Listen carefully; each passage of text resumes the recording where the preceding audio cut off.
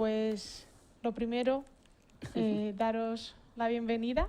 Especialmente gracias, Rosa, por estar hoy con nosotros. A Alfonso, a Igone, que son representantes del Grupo de Trabajo de Trastornos de Conducta Alimentaria del Colegio de Psicología de Madrid. Y para mí es un placer estar aquí este ratito con vosotros, con vosotras, y poder...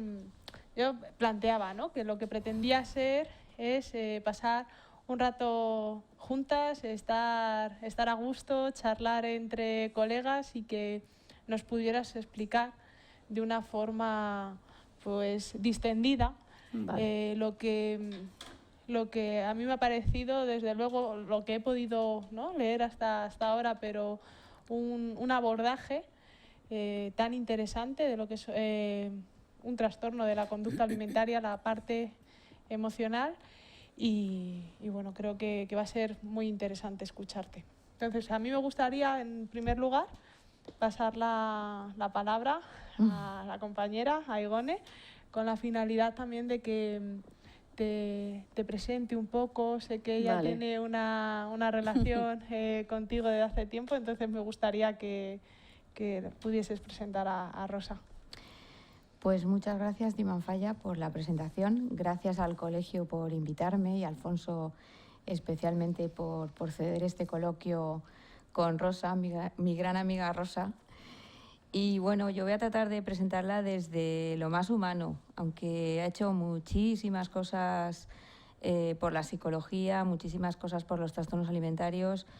Bueno, yo diría todo lo que se sabe en psicología, porque hay muy pocas personas que tengan ese conocimiento tan vasto de la psicología y de las diferentes formas de intervención pues en todo ese espectro que estábamos diciendo de los trastornos alimentarios, desde la alimentación, la sobreingesta, que sería la obesidad, que para nosotros, por lo menos todos los que estamos aquí, es un continuo de un trastorno alimentario, y es el otro polo, ¿no?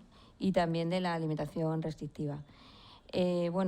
Rosa, aparte de ser codirectora de nuestro máster de trastornos alimentarios, que lleva ya 13 años formando a profesionales y expertos en el área de la intervención psicológica, fundamentalmente, de los trastornos alimentarios, invitamos también a colegas, es decir, tenemos un equipo multidisciplinar, no nos desbancamos trabajando solo desde la psicología, aunque nosotros seamos psicólogos, porque entendemos que es una enfermedad crónica que tiene muchísimas fases y que puede derivar en una mortalidad elevada. Por lo tanto, es necesario trabajar con otros profesionales. Rosa, como decía, aparte de ser codirectora y de seguir dando unas clases maravillosas, da gusto escucharla, es escritora de cantidad de artículos y libros que ha desarrollado a lo largo de su vida sobre el tema de los trastornos alimentarios y desde esta perspectiva pues más integral, ¿no? Y sobre todo actual, que el mindfulness lleva mucho tiempo de actualidad, como siempre hemos hablado, pero ahora como que se ha puesto especialmente de moda. Ella ha dirigido una unidad de trastornos alimentarios en el Hospital de la Paz, ha sido la primera mujer psicóloga que ha estado en el Sistema Nacional de Salud, con todos los problemas que eso ha conllevado, con todas las dificultades que han supuesto con otros colegas, desde la medicina, desde la psiquiatría, desde la propia psicología también. Nos ha enseñado muchísimo sobre cómo trabajar con estos pacientes. Ha recogido muchas veces pacientes que llevaban pues una evolución, ¿verdad?, larga, pues sobre todo en trastorno restrictivo, y que al final ha tenido que trabajar con ellos ya en la edad adulta, porque han continuado con esta enfermedad durante muchísimos años por no encontrar. Yo creo que hoy en día se puede hablar ya, no sé si estarás de acuerdo conmigo, Rosa, de un tratamiento más o menos positivo, bueno o adecuado para tratar estos trastornos, pero todavía tenemos mucho que trabajar desde los diferentes ámbitos. También, además, ha sido una persona que ha trabajado en el Hospital del Niño Jesús, en el Hospital de Santa Cristina, como hemos dicho, dirigiendo esta unidad, y en la actualidad está sobre todo coordinando y trabajando el espacio de los trastornos alimentarios en IDIPAZ, que es la Fundación de Investigación del Hospital de la Paz, y publicando cosas tan importantes como artículos en el International Journal of Eating Disorders. Seguramente hay mucho más que me dejo por ahí. Es una gran persona, es una persona que trabaja desde el corazón con sus pacientes. A veces esto va a sonar un poco raro, pero desde las tripas, como ella algunas veces hemos coincidido, porque es necesario trabajar desde lo fisiológico para entender más lo emocional y lo conductual, y tiene una visión que aporta en este estupendo libro muy vasta y muy completa de lo que sería trabajar sobre todo con la obesidad en este caso. Así que sin más, cedo la palabra a mi compañero Alfonso, que va a iniciar la presentación del libro y el turno de preguntas. Muchas gracias, Igone.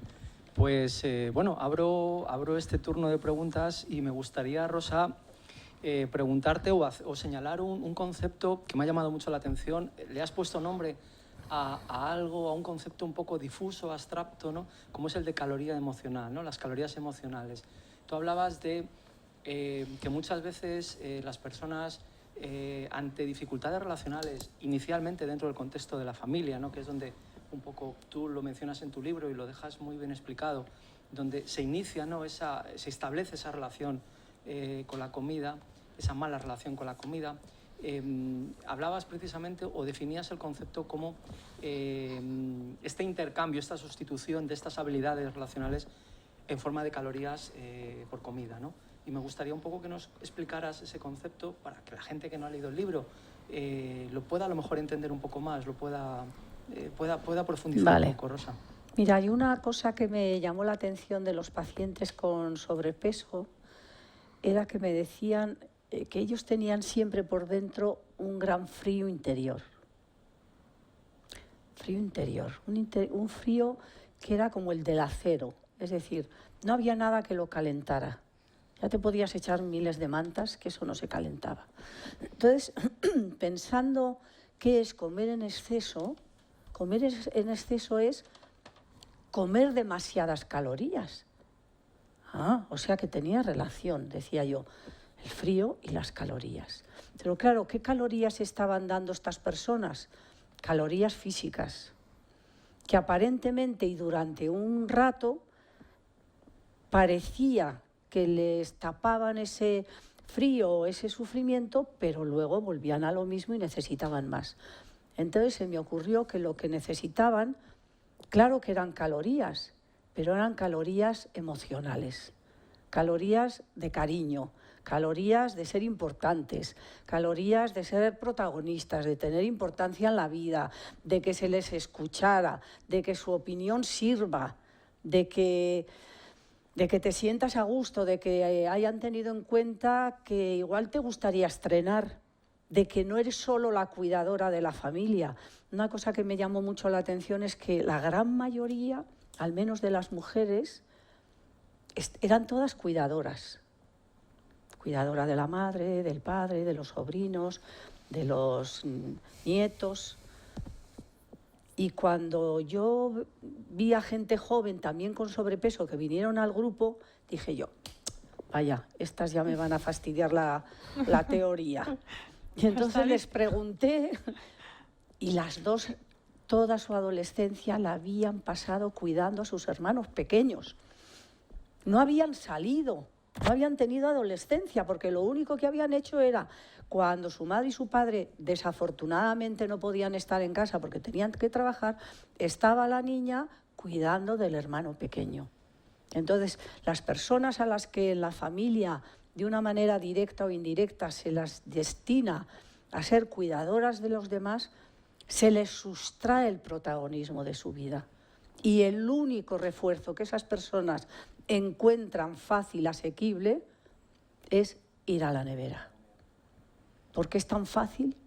¿Cuántas me han contado? El otro día, Rosa, estuve en Sol y me apetecía ir a una discoteca, pero me vi y me entré en McDonald's.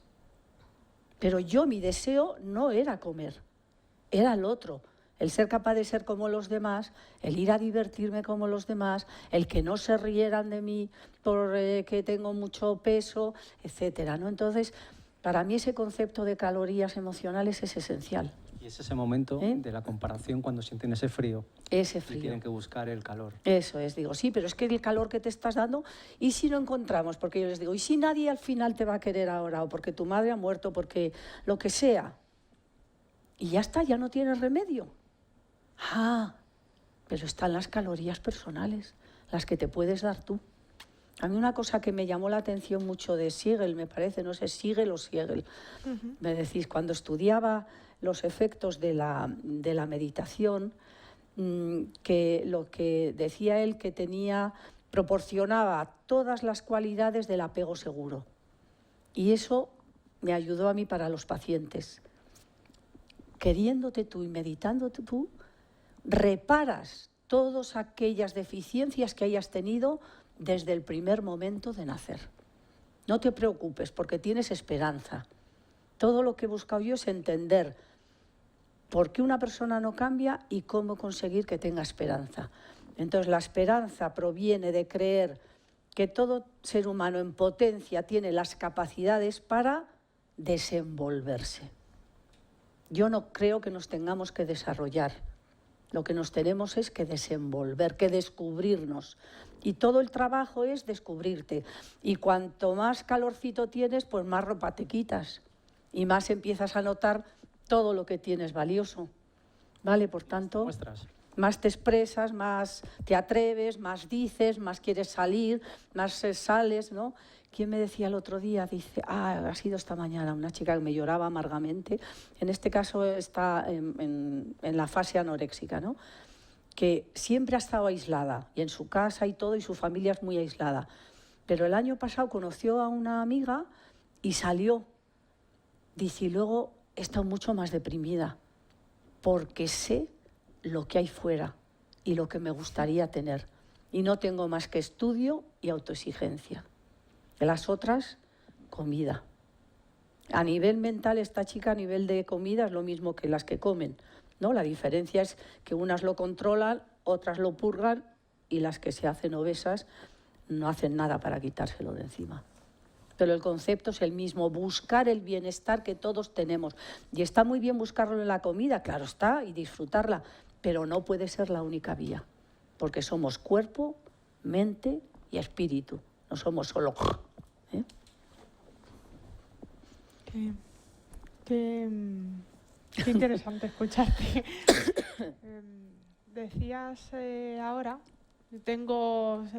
una viene con sus ideas sobre qué preguntarte, y según te voy escuchando, ¿no? me surgían otras, ¿no? O sea, la relación que hacías entre la alimentación, entre la comida, los tipos, ¿no? de posibles trastornos de conducta, y la relación con sufrir una situación traumática, de abandono, de propio abandono incluso, ¿no?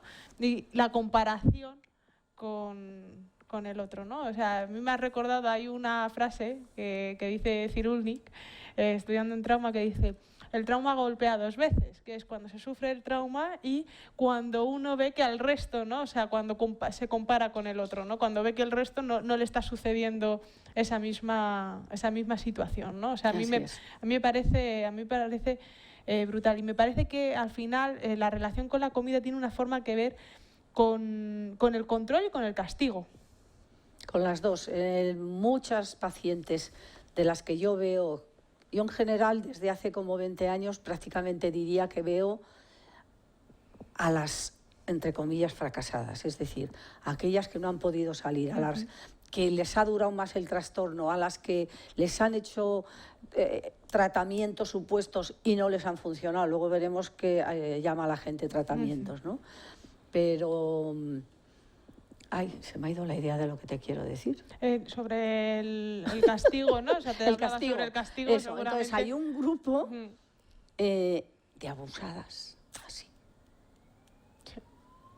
Yo una vez tuve un grupo que habían sido abusadas todas. Empezó una a contar, sin yo proponerlo ni nada, que a los 5 años le habían no sé qué, y a la semana siguiente empezó otra, y acabamos llorando amargamente las desgracias de todo. Entonces, para ellas, más que castigo, que podría ser, está el hecho de una defensa. O sea, el cuerpo como defensa, de no gustar, de no ser atractivo, de no generar deseos en el otro, sean cercanos, porque claro, la gente que les abusaba era cercana. Entonces le tienen pavor a perder peso, ¿sabes? Es muy complicado. Hay mucho. Y de castigo, a veces es un castigo hacia los demás que les han maltratado. Venga, tal, tragaldabas, no sé cuántos, sobre todo de pequeños que les han insultado, de que comían mucho, vaya culo que se te está poniendo, no sé qué. Y entonces en la adolescencia y un poco después para fastidiar, dice, pues ahora te jodes que vas a ir conmigo gordo y gorda y mal vestida. Bueno, porque ha sido la única forma en la que me has mirado. Absolutamente. Si solamente me has mirado por eso, Solo ¿no? así. Claro, o sea, al Solo final así. prefiero, ¿no? O sea, si la única forma, sí. lo peor es yo creo, ¿no? Eso es un poco, Sí. lo peor es la nada, ¿no? O sea, Sí. primero lo que es lo positivo, ¿no? Pero si no consigo lo positivo, Por lo menos he por lo- sido el gordo, el por que lo menos come o he llamado la atención, ¿no? A través de eso. Totalmente. ¿No? Antes que la nada propongo... Fíjate, ahí destaco mucho el tema del constructivismo. A mí las teorías constructivistas me han gustado siempre mucho, la verdad. Y cómo la familia construye a los hijos con el lenguaje. Este es, anda, el gordo que te gusta comer y ya está. Y a partir de ahí ya no eres más que eso. Entonces, como solo eres eso, te rechazan en el colegio, te insultan y no sé qué, no puedes hacer una adolescencia de rebeldía, ¿sabes?, poderosa. Y entonces te quedas ahí en una situación que la única salida que tienes es ser gordo y comer. Es brutal, ¿sabes? Todas las demás cualidades no se dicen. No eres más que eso. Vienes de viaje, has estado 4 meses en el extranjero y vienes, uy, vienes muy gorda, ¿eh? Mañana al endocrino. Hostia, no me has dicho ni cómo estoy, ni me has dado un abrazo, ni nada. ¿Sabes? Es terrible la identidad, la falta de protagonismo, de identidad propia y lo mal que se sienten, ¿no? Fíjate, decían algunos artículos de los que he leído que sufre más un niño obeso que un niño al que le falte una pierna o un brazo en el colegio. El desprecio y el rechazo que lo produce el sobrepeso es mucho mayor que cualquier otro defecto físico que tengan. Porque implica, parece una voluntad contra el brazo y contra... Yo digo eso sale en una radiografía, no implica, parece que el que es obeso... No eres culpable. Este es un tema, o sea, que podríamos extender, o sea, con el tema de salud mental, ¿no? La voluntariedad en el desarrollo de determinada sintomatología. Parece que aquel que la tiene, bueno, podría siempre hacer algo, ¿no? El estigma, ¿no? O sea, siempre podría hacer algo. Estás gordo porque, bueno, no has hecho lo suficiente. Estás deprimido, joder, pero eso, estás siempre, ¿no? O sea, de hecho, muchos pacientes, a mí por lo menos es una cosa, al final la petición es un poco como, dime qué me pasa, o sea, ayúdame a demostrar que esto no es porque quiero, ¿no? O sea, es qué importante. Lo de la falta de voluntad. La que falta el concepto de voluntad es al contrario, que es al contrario, que cuando tú tienes fuerzas, tienes voluntad, Claro. no que la voluntad tiene fuerza. Entonces, se sienten doblemente fracasados porque le piden una cosa que no. Y además, otra cosa que es absolutamente, que no sé cuándo la humanidad va a querer escucharlo, la comida no se puede controlar.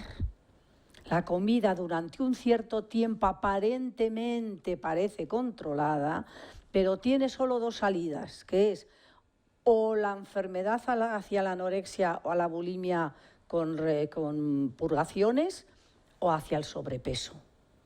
Y no tiene otra salida, porque la comida no la regula la parte cognitiva del cerebro, la sustancia gris de la corteza cerebral, la regula el hipotálamo. Y eso es tan inconsciente como nos regulan la temperatura del cuerpo o el cerrar los ojos para tener la suficiente humedad en los párpados, lo que sea.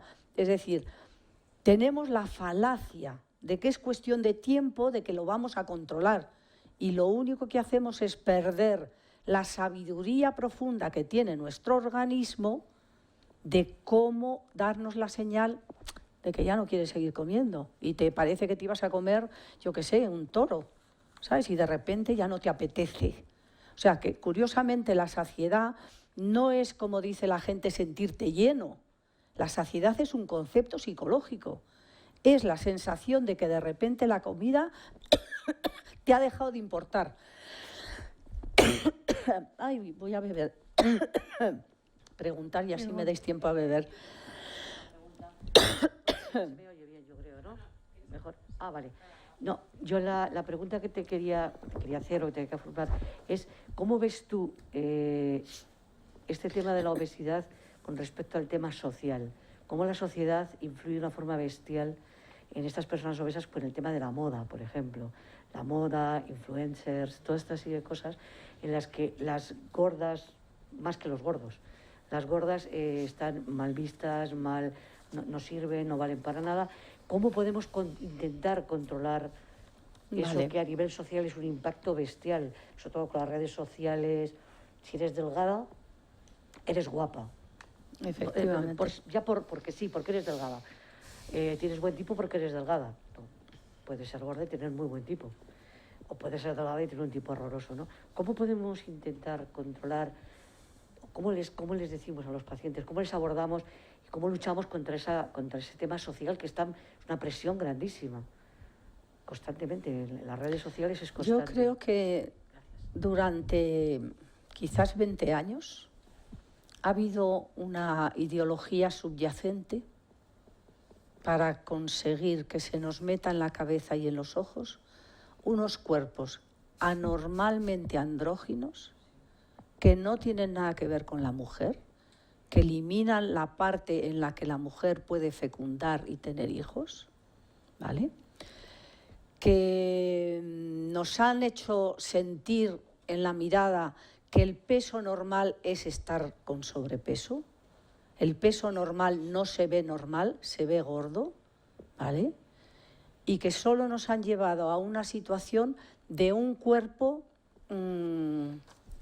¿cómo diríamos? ¿Cómo se dice? Hay una palabra que ahora no me sale. Yermo. Un cuerpo que solo sirve al final. Lo que mucha gente decía de algunos productores de moda era que querían convertir a las mujeres en maniquís. En maniquíes. No querían mujeres normales, sino que fueran objetos, pero objetos de admiración, donde les colgas una ropa y les queda bien y no sé qué, pero que no están vivas, ¿vale? Entonces tenemos 20 años de imágenes que nos han manipulado y donde nos han sustraído todo lo que es la mujer normal, el peso normal. Ahora, desgraciadamente, se lo están haciendo también a los hombres, ¿vale? Y mientras en la mente, y ahí son los medios visuales los que tienen que trabajar, no nos pongan esas imágenes como bonitas y normales, yo creo que no vamos a hacer ningún cambio. La mayoría de la gente que te viene a la consulta, yo cuando veo gente que te dice, es que quiero perder peso y tal, y dices, pero si tú estás en tu peso normal, ay, no estoy gorda. Bueno, no será el obeso, pero estoy gorda y no me gusto. Y luego está esa falacia de que podemos conseguir con voluntad y trabajo y tal, podemos conseguir todo. Y yo digo, oye, ¿no existió Mozart? Porque claro, tú le puedes dar muchas horas al piano, pero hay gente especialmente dotada que nace con unos cuerpos, que nace con unas habilidades musicales y que van a ser los excepcionales. Y nosotros tenemos que ser lo mejor que podamos ser, pero teniendo esa humildad de reconocer que hay gente que ya desde el comienzo estuvo dotada para llevar adelante algo que va a generar, lo que sea, un cambio o un enriquecimiento a la humanidad, ¿no? Entonces, esa cultura del esfuerzo hasta un punto está bien, pero claro, eso es como lo del ejercicio físico, eso y es sano y te quita de las drogas. Digo, oiga, ¿usted sabe quién era Maradona? Porque claro, El ejercicio físico está bien, es necesario que nos movamos, pero en su justa medida, y desde luego si lo conviertes otra vez en otra droga, no te da ninguna respuesta a lo que tú tienes que replantearte, porque en definitiva la comida, el ejercicio, incluso la apariencia o a veces estos viajes son una evitación de replantearte, como decía Pablo, ¿no? Quo vadis? ¿A dónde vais? ¿A dónde voy? ¿Qué estoy haciendo en mi vida? Entonces eso, como no nos lo queremos plantear, estamos corriendo como locos, ¿no? En controlar la comida, ser delgada, hacer no sé qué. Y todos los dramas humanos que tenemos que afrontar en nuestra vida cotidiana no se tocan. Y cuando los tocas eres un aguafiestas. Solo puedes ayudar a aquellos que por fin, afortunadamente, se han caído. Ay, entonces ya escuchan. Pienso, hago un inciso, que yo creo que esto recoge un poco el concepto del título del libro, la despensa emocional, ¿no? Ese conjunto de habilidades que disponen las personas para entender el mundo, entenderse a sí mismos, ¿no?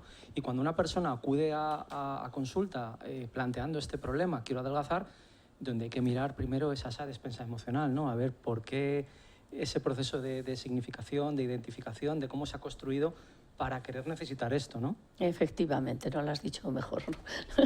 Yo no lo voy a decir mejor que tú. Efectivamente, o sea, el tema es que la comida es muy fácil, la comida está a la mano y es gustosa, es gustosa. Y otra cosa que digo en el inicio del libro, acuérdate, o sea, la comida está asociada desde el primer día de la vida nuestra al bienestar, porque cuando nacimos, el primer momento donde nos sentimos fenomenales fue cuando nos cogieron para comer. Y ahí se asoció comida y bienestar, comida y calor, comida y compañía, comida y canturreo y mecerte y sentirte y compañía, compañía. La comida es compañía. Y cuando vienen los emigrantes se reúnen a comer. ¿Por qué? Porque vienen al hogar y les hace sentirse como allí. Y vuelven a recordar a sus padres o a sus amigos y vuelven a sentirse en casa. O sea, la comida es súper importante, la comida es sagrada, la comida nos da la vida, pero no da todas las respuestas necesarias a nuestro desenvolvimiento como ser humano. Y eso es el fallo, cuando lo único que hay es comida. ¿Vale? Ivone. Pues es que me encanta escucharlo. Te quedas Gracias, cielo. como embobado, ¿no? Bueno, yo quería comentarte en una parte de tu libro, que además en esto tú sabes muchísimo, de meditación, hablas de este concepto tan actual ahora y tan tradicional, por otro lado, que es el concepto de mindful eating. También hablas de un punto que me gusta leerlo, de esas pautas alimentarias sin sentido, de ese mindless. Entonces, me gustaría que nos explicaras desde esa óptica que tú tienes de las calorías emocionales, de la despensa que tenemos detrás y que nos da ese bagaje en relación con nosotros como personas, ¿cómo se entienden estos conceptos, ¿no? Porque yo creo que en general se está dando, como tú dices, mucha difusión a todo esto, pero creo que no se le da el contenido básico que se tiene, ¿no? Vale. No se le da esa información o ese elemento esencial o simbólico que tiene ese mindful eating, ¿no? Ahí, en el libro referido a lo que tenemos que cambiar, lo he llamado el trípode del bienestar, ¿vale? Sobre todo lo he puesto en la parte de familias. Y el trípode de bienestar viene con algo que nosotros como psicólogos sabemos, pero que la mayoría de la gente quizás no ha reflexionado o no ha caído en ello y que para nosotros es tan obvio. Y es que para cambiar hay que prepararte. Porque aquí está muy bonito, pues sí, yo quiero las calorías emocionales. Ojo, que el proceso de cambio es una cosa muy compleja. Y la mayoría de la gente se mete a hacer cambios en otras profesiones o autocambios sin entender que eso es un proceso largo, que nos produce miedo, que nos produce melancolía, que nos produce incertidumbre y que además exige esfuerzo. Eso de los 21 días para cambiar, pues me río yo. O sea, no, vale, no te cambias en 21 días, no sabes ni cómo te llamas. Por favor. Entonces, primero, cuando tú decides que hay algo que te está haciendo daño y quieres cambiarlo, lo primero que tienes que plantearte es que el cambio no es lo quiero ya. Eso no existe. Eso no existe. Entonces hay que estudiar qué recursos nuevamente va a tener esa persona para poder hacer esos cambios. Y en eso es donde entra este trípode del bienestar. Primer punto para cambiar, una cosa obvia para nosotros. Nivel de autoconciencia. Si yo me encuentro con una persona que siempre ha recurrido a la comida, ¿cómo va a saber que debajo de esa acción hay una serie de sufrimientos y pensamientos súper rápidos, tan rápidos que no le llega a la conciencia y que solo sabe, ay, parece que tengo hambre, porque equivoca el malestar como deseo de comer como hambre? Entonces, primero autoconciencia. ¿Y cuál es la mejor manera de incrementar la autoconciencia? Desde luego hay una parte que no podemos ignorar, porque aquí cuando sale una cosa de moda se olvida otra, y es todo lo que ha sido el desarrollo de los autorregistros, perdonad. Es que a mucha gente, cuando registra su comportamiento, se da cuenta de cosas. Pues ya lo hemos eliminado, ahora solo mindfulness. Pero qué tontería es esta, ¿eh? O sea, todo tiene sentido y lo único que nos hace es ampliar el conocimiento con cosas nuevas que integran todo lo demás, no que lo eliminemos. Por tanto, el modelo conductual sirve, es adecuado, tenemos que hacerlo. Tenemos que hacer, era lo que decías de mindless, ¿no? Es decir, pues cuando empiezas a notar, por ejemplo, te das cuenta de que hay muchas cosas, y eso lo han estudiado gente, que comer depende pues de cómo es el ambiente de la sala en la que estás, del color que tiene la sala, del color que tiene la vajilla, de si hay música o no, de si hay gente a tu lado o no, si tienes frío, si tienes calor, de lo que te han expuesto en la comida. Si tú lo primero que abres una puerta encuentras en esa despensa no emocional, eso es lo primero que vas a comer, básicamente. Que la vajilla importa, que si tienes un fondo, como nos han acostumbrado a comer todo lo que hay en el plato, y es un fondo muy grande, pues puedes comer y comer y comer. ¿Por qué? Porque la vajilla es la medida que suponemos como adecuada para comer normal.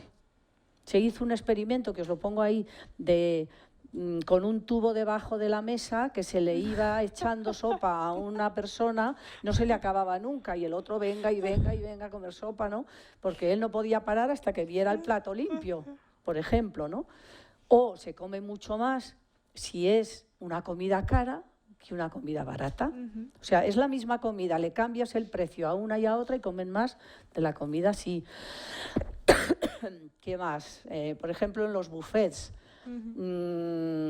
Vete que con la mano izquierda agarrada al plato, porque como vayas con la mano izquierda a coger las cosas, ya sabéis, eso es la mano que hemos llamado alienígena o la mano perversa, es decir, la que rompe el fumar cuando estás haciendo ya una restricción de fumar, la que decide comer cuando estás haciendo el manejo de un atracón, y dices, no, yo ya no estoy teniendo atracones, ¿no? Es decir, ¿por qué? Porque no tiene lenguaje. Y como no tiene lenguaje, no tenemos conciencia de ella. Entonces, primero, incrementar la autoconciencia para conocer en el ámbito externo, por ejemplo, qué factores nos facilitan o no nos facilitan la comida. Por ejemplo, ¿no? Si pones toda la comida encima de la mesa, tan fácil como coger y ya está, es mucho más probable. De hecho, se ha estudiado que si tú tienes que ir a por agua a la cocina, tienes muchas más probabilidades de comer que si la dejas fuera de la cocina. Solo por eso, ¿sabes? Por la distancia que esté el agua de la comida.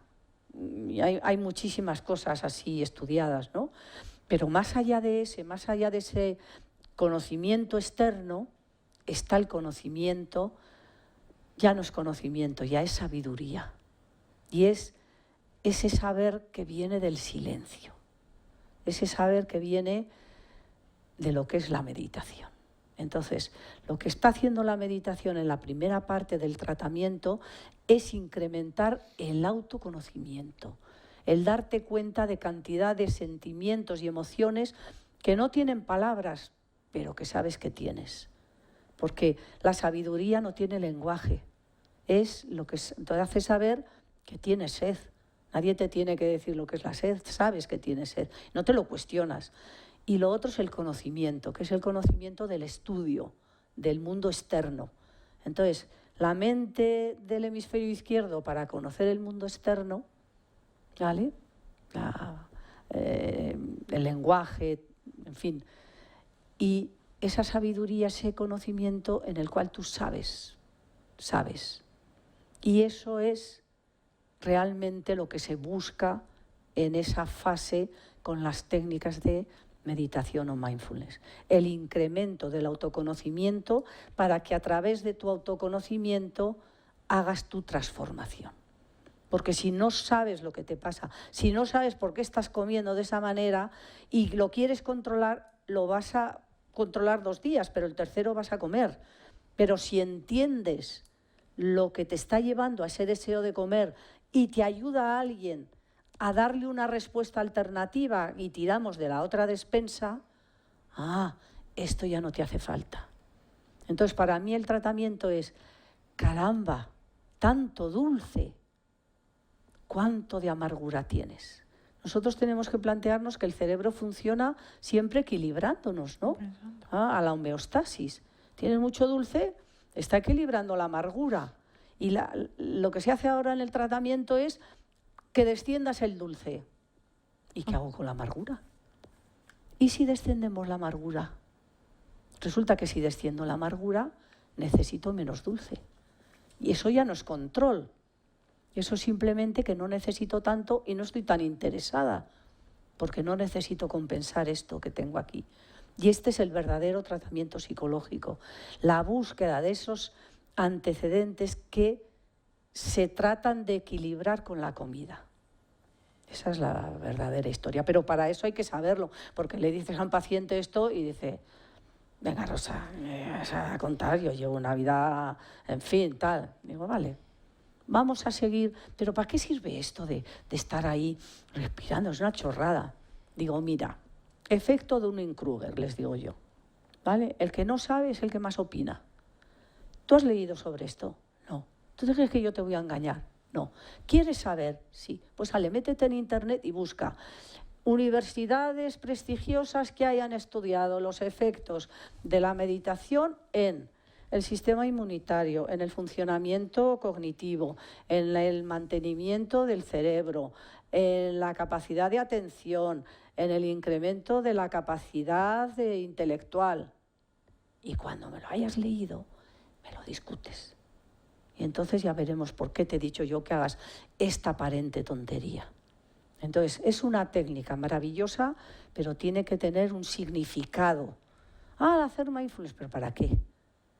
¿Vale? Primero, para en ese silencio conocerse y desde ahí ver las cosas que hay que cambiar. Porque por mucho que tú hagas tus técnicas, si no cambias lo equivocado, no te va a ir bien.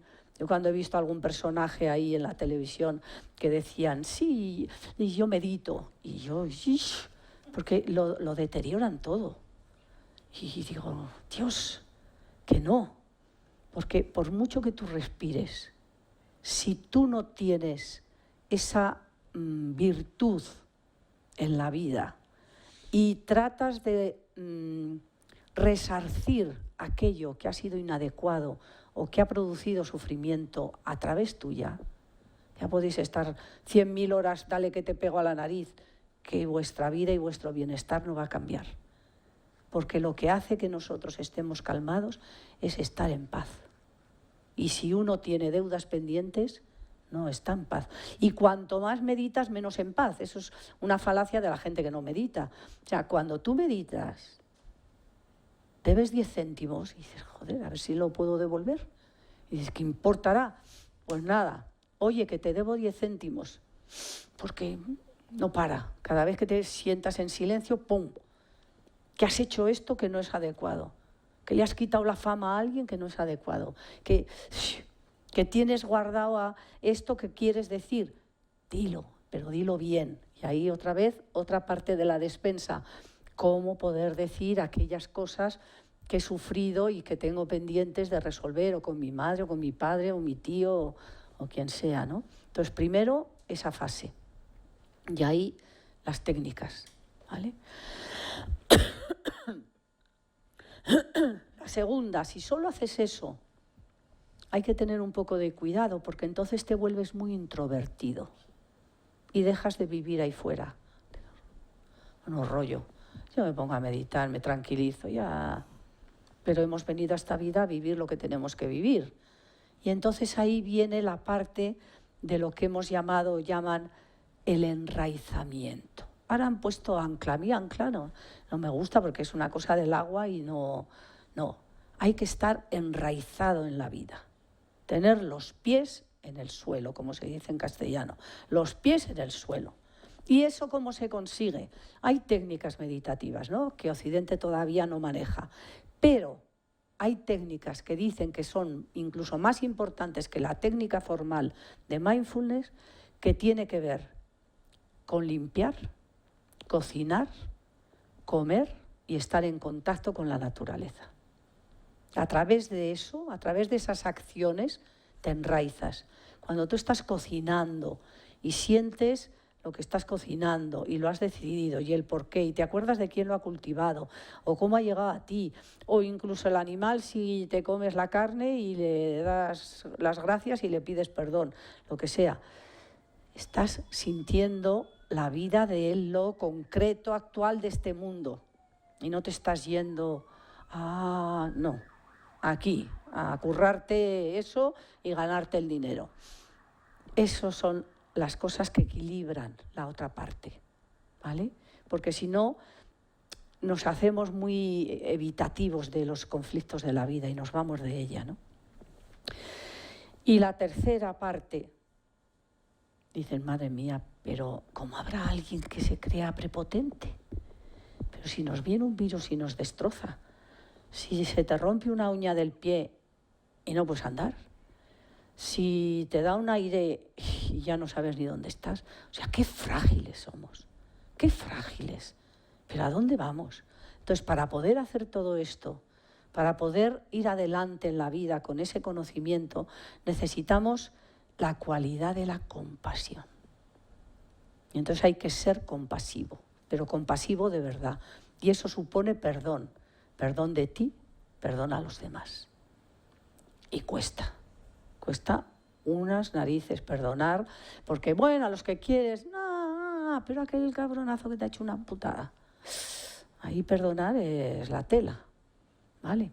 Entonces, perdón, y luego lo que dicen que es la mayor de las virtudes, que es ser agradecido. Ser agradecido. Estamos todo el día protestando, la queja está de moda. Como quedes con alguien y no critiquéis a alguien, es como que te aburres, ¿no? Estás ahí, ya te he enterado que... ¿no?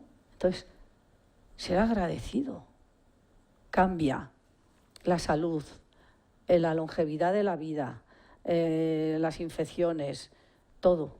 Entonces, esos tres componentes creo yo que serían los que tenemos que meternos todos en nuestra despensa emocional. Conocimiento y sabiduría, ¿vale? Hacer las cosas propias de la vida, ir a trabajar, ir contento, ir tal, si tienes que protestar, reivindicar derechos, eso sí, pero no estar amargado por eso. Y luego compasión, porque tantas veces metemos la pata, tantas. Yo creo que no he logrado hacer en la vida nunca nada que la primera parte no fuera equivocada. Digo, ¿qué manía tengo yo de meter la pata? Era una cosa, me acuerdo una que nos engañó, en fin, una profesional, y no sé qué le dije, y encima que le había hecho el favor y tal, y me dijo, hija, es que tú tienes la habilidad para crearte enemigos. Digo, anda, fastídiate.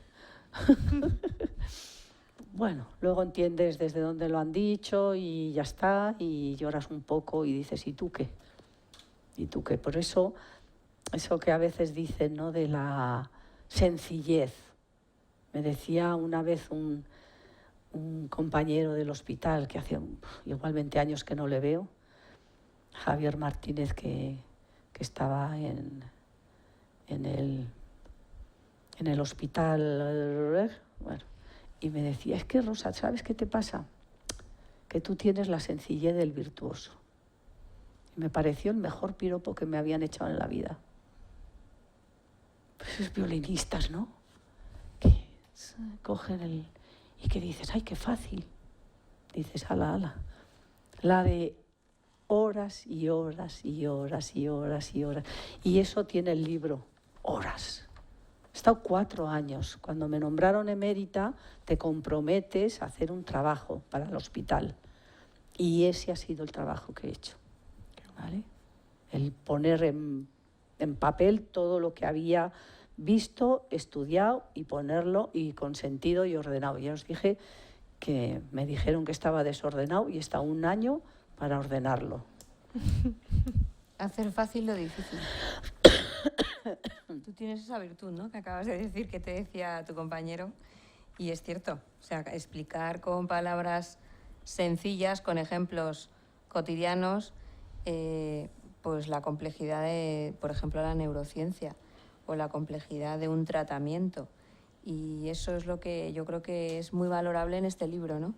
El cómo está organizado de menos a más y en ciertos puntos para que lo pueda leer cualquiera, no solamente personal o personas especializadas, sino cualquier alumno que esté empezando su carrera y que quiera saber sobre este tema. Yo es lo que no me lo he terminado de leer, lo estoy leyendo a conciencia, te lo aseguro, y me parece que tiene ese valor. O sea, que ese año de orden... Os doy la vuelta al argumento psicológico y os fastidio un poco. Venga. Es que si no es aburrido. Hay un ejemplo, ¿no?, el ejemplo más famoso hablando de neurocognición, ¿no?, el tema de la demora del refuerzo, ¿no?, y los estudios de la famosa nube, la Marshmallow, ¿no?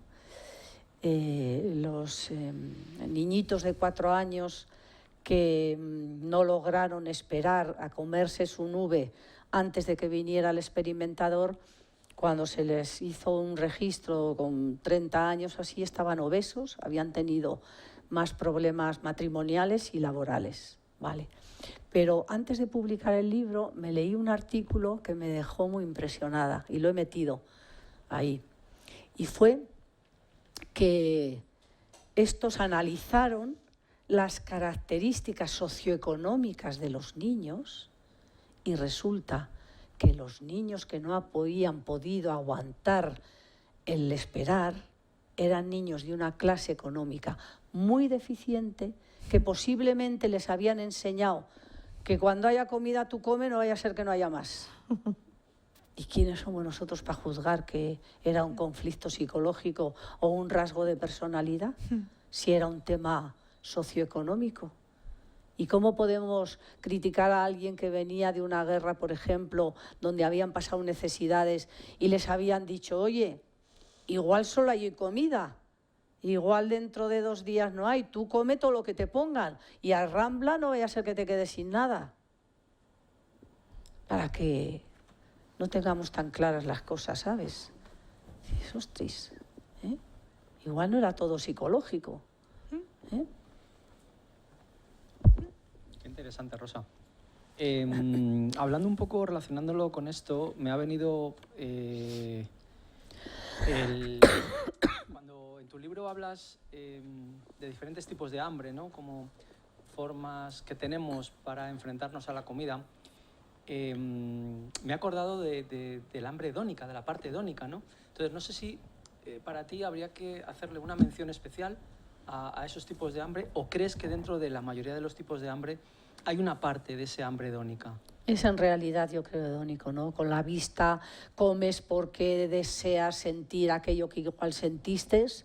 A nivel de olor te acuerdas del momento en que la abuela te hacía las natillas y sentías ese placer.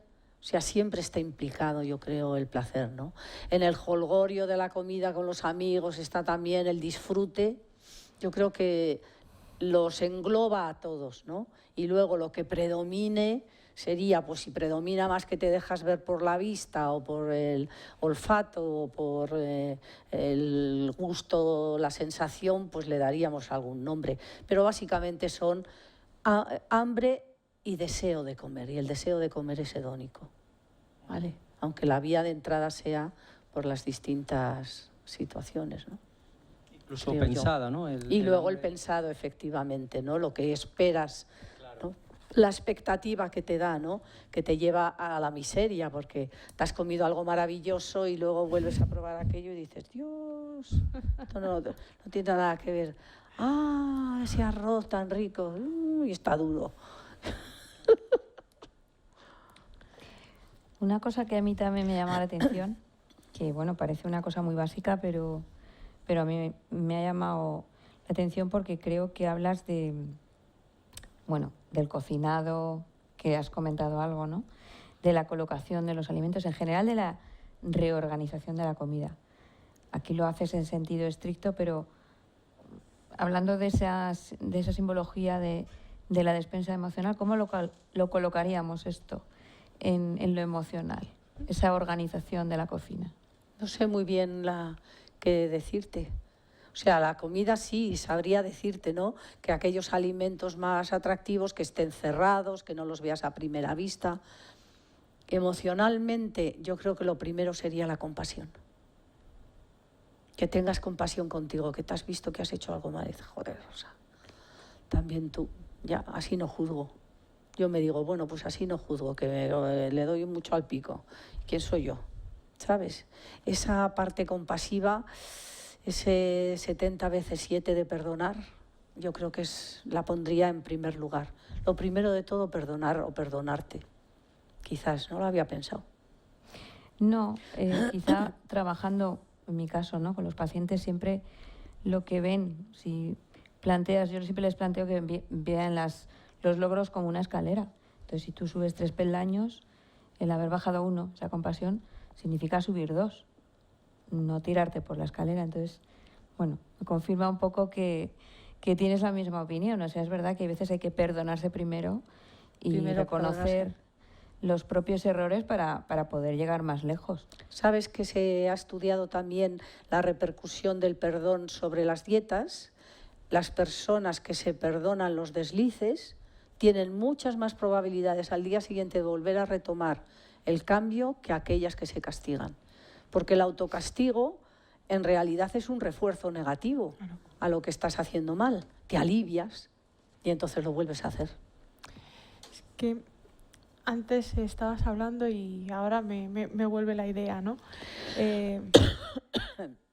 Yo, cuando estoy con pacientes, muchas veces les digo que yo soy muy de grises.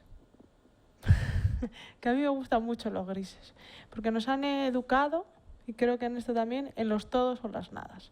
En el éxito o en el fracaso. En el si te esfuerzas, o sea, en el esfuerzo al máximo o no, o sea, todas esas cosas que estabas hablando, ¿no? Qué difícil esto de mantenerse en los términos medios. Que parece que el que se mantiene en el término medio, en el que ni come en exceso, ni se restringe, ni le gusta, o sea, es como si no destaca, es como el no destacar, ¿no? O sea, ¿y tú en qué destacas? ¿Y tú en qué?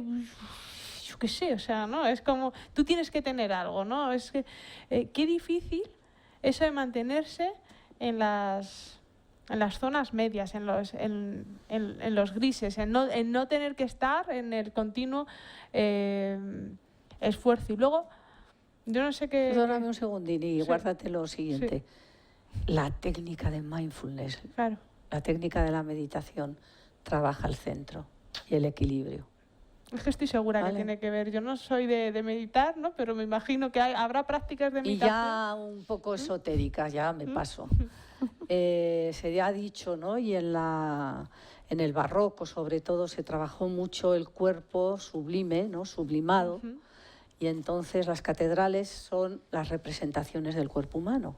Y son un camino de ascesis hasta el conocimiento total. Vale. ¿Dónde está el sagrario? Si tú te tumbas en una catedral y te planteas dónde está el sagrario, ¿dónde está? ¿Dónde? Aquí, ¿no? No es el centro. Es aquí. En la parte superior, ¿no? Pues eso es en realidad lo que tenemos aquí. Esa sabiduría interior, ese bienestar. Aquí es donde se siente el dolor de la traición. Tienes angustia, no ansiedad, angustia. Te duele ahí, ¿no? Se te cierra el corazón. Habla, no corazón el órgano, sino en el sentido italiano del cuore, ¿no? De lo central. Aquí. Y eso se trabaja cuando focalizas en tu silencio y simplemente sientes eso. No trabajas en que la respiración sea A, B o C. Déjala en paz, que ella ya sabrá dónde tiene que ir. Pero tienes un punto de referencia que no te desequilibra. No te vas ni al hemisferio derecho ni al izquierdo. Ni te haces muy rígido ni te haces muy caótico. Estás en el equilibrio, decía Aristóteles, la virtud, ¿no? Eso es. ¿Qué para ti? Tú decías de no comer mucho o no restringir mucho. A nivel de pacientes, ¿cómo encuentras ese término medio que para cada persona es completamente diferente? Es decir, no hay una persona que pesa 120 kilos y que necesita quedarse en 80 que el que pesa 80 y necesita quedarse en 60. ¿Dónde encontramos ese equilibrio? ¿Cómo le vendemos, entre paréntesis, al paciente ese centro? Primero, que nosotros no somos los únicos que hacemos el tratamiento, hay otros profesionales que intervienen.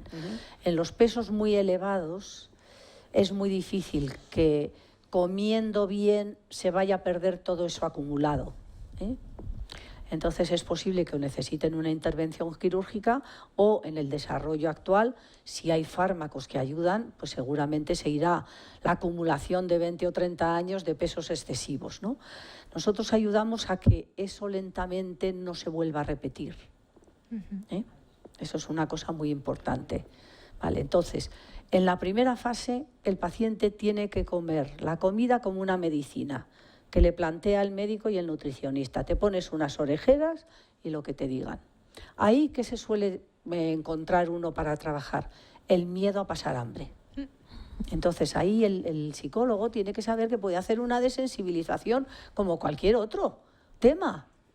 Tú trabajas su miedo a pasar hambre, porque hambre en principio no va a pasar, pero como tiene esos deseos de comer, y luego anota si puedes y si no comes y te lo perdonas, pues esos deslices que tienes para entender por qué los tienes. Siempre sin castigo, como ves, sino para conocer, para entender por qué necesitas eso, ¿no? Y como en paralelo vas haciendo una técnica desde el primer día que incrementa la autoconciencia y el funcionamiento adecuado de tu sistema nervioso, ¿qué va a ocurrir? Que empiezan a notar al cabo de unos meses la saciedad y el hambre. Y ahí ya nos lo guía el cuerpo.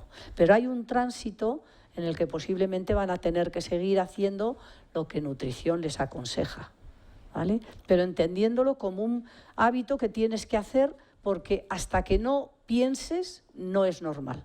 O sea, la comida controlada no es la comida normal. La comida controlada es una comida adecuada seguramente, pero que está ahí. Eso no es. Ahora, lentamente, como cuando conduces un coche, al principio pisas y el freno y de repente un día has movido el pie y no te has enterado. Se ha movido solo ya. Lo has automatizado. Cuando se pasa a esa automatización de la alimentación, ya estamos en la comida normal. Entre tanto, ir enseñando los excesos a qué se deben y cómo poderlos paliar. Y no seamos ingenuos, gradiente del refuerzo. La comida es inmediata, lo que va a conseguir de bienestar y de despensa emocional tiene tela. Igual tarda 8 meses. Claro.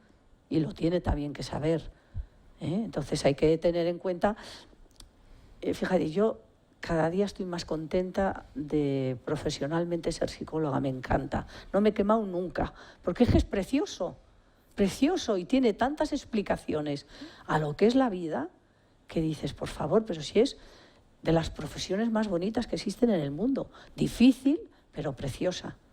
Entonces, si dices, oye, acuérdate de lo que te decía el aprendizaje el primer año que estudiaste, Acuérdate de lo que te dice una extinción. No te pongas a extinguir una cosa que no sabes que tiene un pico hacia arriba. O sea, todo eso lo estudiaste el primer año de carrera y te sirve con 50 años de profesión para explicarles a esas personas cómo tiene que ser su proceso de cambio y llegar a transformar esa nevera sola, añadirle la otra, añadirle la parte emocional. No eliminarla, sino añadirla para equilibrar. Claro, porque, perdonad, que a lo mejor... Pero una de las cosas, ahora que lo dices, que se trabaja en obesidad, o que se ha trabajado tradicionalmente, es esto, ¿no? Se les castigaba reduciendo la comida. Yo siempre les digo, ¿no?, que prueben, esos que mandan esas dietas de 1.200 calorías, que lo prueben una semana. Yo creo que ni siquiera lo aguantas el primer día. O sea, la recompensa era negativa, pero era una recompensa. Al final es instaurar la sintomatología, ¿no?, en lugar de liberar a la persona de esa carga emocional que le supone el estar gordo, el tener, bueno, pues seguramente... ¿Y cuando les daban esa hojita en el centro de salud? Usted tiene que comer esto y la semana que viene pesar 1 kilo menos. ¿Y te han explicado cómo? Les decía yo, ¿te han explicado cómo? Que te lo expliquen, oye, porque si lo logran, yo quiero saberlo. Bueno, pero es que esto, claro, es que me salgo un poco de lo que es la obesidad, ¿no? Yo creo que la alimentación, la psicología está en auge, ¿no? Y la alimentación yo creo que lleva estando, pero que está en auge. Yo ahora me gusta mucho leer sobre todo lo que son la relación de lo que tiene que ver el eje intestino-cerebro, que es brutal. Y ahora se ha puesto de moda, yo creo que esto se está... las intolerancias, el cómo nos alimentamos, ¿no? Yo ahora mismo, o sea, estoy con temas de y no puede comer el gluten y lactosa tampoco, pero y azúcar, entonces te dan esa hoja, y yo creo que la importancia, ¿no?, que hablábamos al principio del acompañamiento, de la guía psicológica, porque oye, que cuando a uno le dicen no vas a comer ni gluten, yo, bueno, pues porque soy, como yo digo, yo soy muy normativa. Me dicen, no comas esto, y dices, bueno, pues ¿y obedecer? Sí, tengo esa tolerancia a la frustración de decir, bueno, pues ya está, ¿no? Pero dice, ni gluten, ni lactosa, ni azúcares, y dice, espérate, o sea, que es que... Claro, o sea, y la parte psicológica, ¿no?, de cómo una persona llegas y le quitas eso, bueno, pues al final se sigue haciendo, ¿no? O sea, la necesidad de implementar procedimientos, procesos psicológicos, ¿no?, en todo lo que es al final el abordaje de una cuestión de salud tan importante como puede ser la alimentación. O sea, la alimentación, el tema endocrino, ¿no?, el tema nutricionista, ¿no?, y el decir, bueno, pero espérate que vas a cambiar a una persona, vamos, radical. Los procesos de cambio. Bueno. Y eso es una cosa de nuestra profesión. Y lo tenemos que reivindicar, y que es complejo y que no es así. O sea, eso, vamos, tienes que ver las creencias que tiene el paciente sobre lo que le pasa, la importancia que va a tener lo que tú le plantees, por ejemplo, si le aíslas de poder ir al bar otra vez o quedarte no sé cómo, o no ir a las fiestas, o nada, todo eso, solo por obedecerle, sí, guana, sí, guana.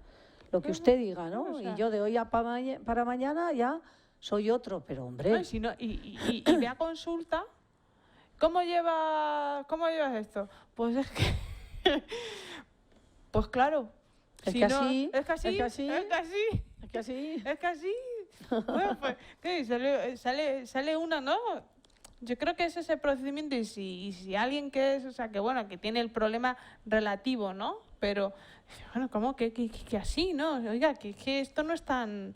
que esto no es tan sencillo, ¿no? Que esto tiene un abordaje mucho más integral, mucho más multidisciplinar, mucho más... Vamos a escuchar un poquito qué es lo que estamos tocando ahí, ¿no? Yo creo que el reivindicar algo que llevas haciendo tantísimos años, ¿no? Fíjate, en ese tema del protagonismo, otra cosa que me venía ahora, que lo estamos dejando casi un pelín de lado, que es el tema de los insultos, degradaciones que tienen estas personas, ¿no? Claro, imagínate una persona que recibe continuamente insultos, pues claro, muchos se aíslan solo salen a la noche, Claro. o no tienen vida, y no hacemos nada por ello. Porque, como decías tú antes, está implícito siempre que es un tema de voluntad, de vago, de que si tú quieres y te esfuerzas, puedes. Que no, que es que no, que Sí, los sí. cambios en los seres humanos no funcionan así.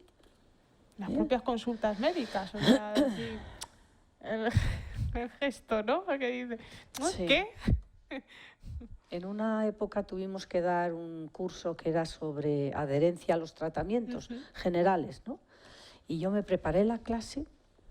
¿Sabes qué porcentaje de personas diabéticas cumplen todas las prescripciones que le da el médico? El 7%. Claro. El 93% ni se cuida los pies, ni se ponen como mucho la insulina y depende de las horas y no sé qué. Pero todas las cosas que tenían que hacer tan complejas Bueno, y qué que complicado. que no los cumplen. No beba usted, no puede usted Eso, beber agua. eso. No venga mucho con Eso. mucho peso a la diálisis, Eso. porque claro, si viene con mucho peso, claro, a ver cómo le quitamos el peso que tiene. Pero claro, y los alimentos que tiene, oiga, que esta persona siente, tiene sed, le da hambre, se relaciona, aparte de que tiene 3 días Era a la su- semana en una diálisis que está ahí conectado a una máquina. Era súper divertido. Dice, tiene que poner la pierna en alto. ¿A qué altura? ¿Cómo? ¿Cuánto tiempo? Tal, nada. O sea, unas prescripciones. Tiene usted que beber mucha agua. ¿Cuánto? Yo siempre al agua le tengo mucho respeto, porque la paciente más grave que estuvo en las puertas de la muerte de anorexia fue una Qué bebedora de agua que se había tomado 30 litros. Entonces entró en una diuresis sostenida y se iba. La salvaron en la UBI y de casualidad. Y yo le tengo mucho respeto y digo, ¿y cuánto es cuánta agua? Porque como vayas mucho al váter y pierdas tus componentes, ¿cuánto es? Mucha agua. 5 litros, 8 litros, 3 litros. ¿Será eso demasiado? ¿En cuánto tiempo? ¿Cómo dividido? La necesidad de individualizar los Y tratamientos. de que es difícil, ¿no? Hombre, Yo creo que eso es una de las cosas, uno de los valores de la psicología, ¿no? Que es tan complicado por eso, porque hay que individualizar los tratamientos, como tú estás diciendo. O sea, absolutamente. no vale la norma general. No vale en casi ninguna ciencia de la salud, pero es la manera que nos han enseñado, nos han educado de tratar, ¿no? Y yo recuerdo bien en uno de los congresos de obesidad como los cirujanos, que hablaban de la obesidad mórbida, nos reconocían, esto fue en la Clínica Quirón, hace ya como 8 o 10 años, la necesidad de trabajar en equipo con un psicólogo y con un nutricionista porque no conseguían que el obeso, después de operado, hubiera cambiado sus hábitos, hubiera aceptado que necesita comer de otra manera y que necesita relacionarse con la comida de otra manera. Es que hasta que no le ayudas a esa persona a no tener atracones, por ejemplo, es una locura operarla. Porque en cuanto vuelva a casa y tenga un atracón, se pone en peligro su salud. O, como no se tenga mucho cuidado, se va, como he visto yo unas cuantas, a la anorexia extrema. Así es, Rosa.